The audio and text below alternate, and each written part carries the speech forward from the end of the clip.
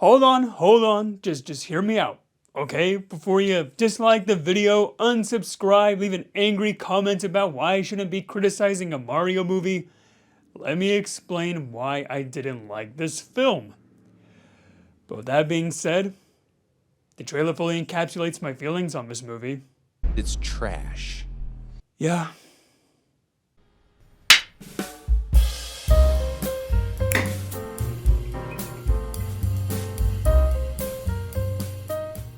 Greetings my fancy friends, welcome back to the channel, and today I'm going to be talking about the Mario Galaxy movie. This is Illumination Animation's newest film, and it's a movie. Now, let me go ahead and say first of all that I am actually a fan of the first Mario movie. I know that film kind of gets hate nowadays where people are like, oh, that film was never good. I still think it's a fun movie despite its flaws. Sure, it's not perfect, but it's entertaining at least. And when I heard they were making a movie about the Mario Galaxy games, I was all in, because Mario Galaxy is one of my favorites in this series. I love that game. And man, they dropped the ball on this one. Now, when it comes to reviewing movies like this, it's almost impossible not to make anybody angry. I'm either gonna piss off Nintendo fans, hardcore Mario fans, people who think I shouldn't be criticizing a Mario movie, and the last thing I need is for the Nintendo fan base to come at me and hang me by the gallows, okay? And let me just say that I am a huge Nintendo fan. I've been playing Nintendo games since the Game Boy Color. So I'm not just coming into this film like, oh, a video game movie, these are automatically going to be terrible. No, I come into this movie with a keen eye of like, alright, I know it's not going to be perfect, but I still want to see a fun, enjoyable movie. I didn't get that.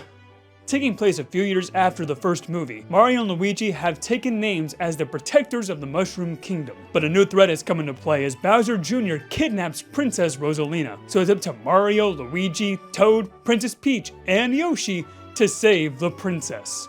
So is this film fully terrible like the critics are saying? Not entirely, because there are some improvements from the first film. The first one being the music. They went ahead and did away with all the licensed music that they used from the first film and used actual orchestral music throughout this entire film, and the music sounds great. I mean, the film opens up with you hearing Rosalina's spaceship theme, and hearing that on the big screen with huge loud speakers, it hit me right in the nostalgia bone, alright? Like, I felt that wave of nostalgia, feeling like a kid again, playing Mario Galaxy for the first time. The soundtrack here really is spectacular, and similar to the first film, the animation is just beautiful, even better than the first movie. Seeing all these different planets and characters from Mario Galaxy in these high definition visuals just looks amazing. I did feel, again, that wave of nostalgia. I was like, man, I'm kind of having like a fun time watching this. I don't know what critics were saying. I think this is actually going to be a well-made movie. Then the film kind of keeps going, and going, and going. Just filling up your movie with nostalgia and references doesn't automatically make it good. And this movie, there are so many flaws in this film to where I think it fails on every single level when it comes to making a good movie. And I don't want to see one damn comment of anybody saying, oh, it's a kid's movie, you're being too harsh, why are you criticizing a kid's film? It's supposed to be bland and generic. It's just a kid's film, let them have fun. I can think of at least 50 animated films that have better characters, storytelling, rich dramatic themes, actual love and passion put into it than this movie. Let's start off with the voice acting. Now, surprisingly, all the newcomers in this film do great. Brie Larson is great as Rosalina, Benny Safdie is great as Bowser Jr., and Donald Glover is good as Yoshi, I guess. But everyone else from the original movie feels like they're just phoning it in. Like Chris Pratt, he does okay. Charlie Day has barely anything to do for Luigi, and Jack Black, man, he felt like he was just really phoning it in this film, which sucks as he was one of the best parts about the original movie. I don't know if there was a specific reason why they just felt like they didn't need to care for this film, but it feels like no one really put in any effort into the voice acting besides the new voice cast. And as for the characters, they have zero substance whatsoever. Now look, I know it's pretty much impossible to make a great character out of just a guy that goes, wahoo, the whole time, but at least the first film attempted to give Mario and Luigi some character development, some character traits. Bowser was cool in the first film, but in this film, they didn't even try. These characters have nothing going for them. I would make the argument that they have more character traits in the Mario Galaxy game than they do in the movie. And when the film tries to have any character moments or development, the film quickly pushes that to the side like, oh shit, we almost had a good moment in this movie. Quick, throw references at them. You like references, right? Throw references, music, look at that, lore. And Rosalina, oh my god, they did her so dirty. One of the main essential characters in Mario Galaxy. And in this film, her contribution to this film can be summed up like this.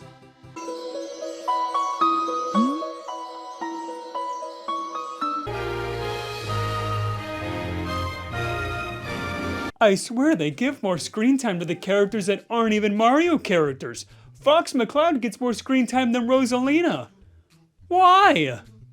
Now look, I understand that people might want to see this movie just for the references, just for some fun visuals, but if that's all you want, you get it. I mean, this film is like member berries. It's just like Jingling Keys, the movie. This film is just jingling keys at you non-stop.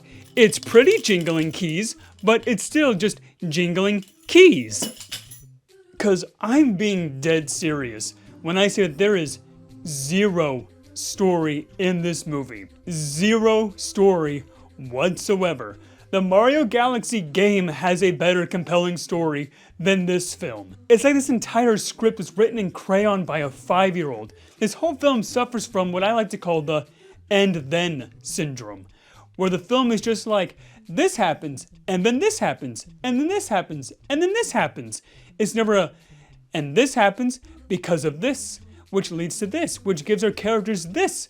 No, it's just, and this, and then this, and then this, and then this. It's like the screenwriter for this film just turned in a rough draft that just said Mario on it. And the team went with it, like, good enough, it's a Mario movie. Like, give me something here, man, please. And I swear, not one scene in this film connects well with the next. It's like this film was the first scientifically engineered film for people who just watch YouTube shorts all day. Because each scene is like 2 minutes long with a wacky thing happening and then the next scene another wacky thing happening. But none of the scenes connect together well. It's like a sugar rush of just going 90 miles an hour with zero substance whatsoever. And it doesn't help you can easily cut out some of these scenes and it won't change anything for the movie. For example, there's a scene where Mario and Luigi become babies for like 5 minutes and get chased by a dinosaur. And you could take that out of the plot and nothing would change. But no, the film is like, oh, you play Mario and Luigi Brothers in Time, right? They turn into babies in that game, remember? Remember that? Look at the keys. Remember berries? Look at the keys. Remember that? Like, I swear, like, look, I understand if you just wanted to see references in this movie and that's it. Go for it. But if you wanted to watch something that has a bunch of Mario references, why don't you just play the game? Like, why waste money going out to the movies and seeing all the references when you can just play the game? At least you're actually doing something, you're actually engaging with the game and not just staring at like static on the screen. That's what this film feels like. It feels like static. It is one of the most forgettable films I've ever seen. Like, usually I write my scripts for these reviews like the day after I watch a movie, but I had to write this script in my car immediately after I saw this film because I could just feel all the scenes coming out of my brain. It was that forgettable. This film has zero weight to it whatsoever. At least the first film had something. I remember some things about that movie. The Rainbow Road scene was really cool. And in this film, now look, there's at least some other good things about this film I haven't mentioned yet. One of them being the action. The action here is surprisingly really damn good, especially during moments where the camera flows beautifully during the action and most of them go on just for one take. The action here looks stellar in some cases. And look, I'm not immune to nostalgia bait. There were a few moments in this film that made me actually go ooh and ah because of the cool visuals and some Easter eggs here and there, especially by the end. But man, for a Mario movie, I would have liked a fun adventure film. We've had films like the Lego Movie, a phenomenal film about little toys. Why can't we have that here? But hey, I mean, there's always a Zelda movie, right? Right?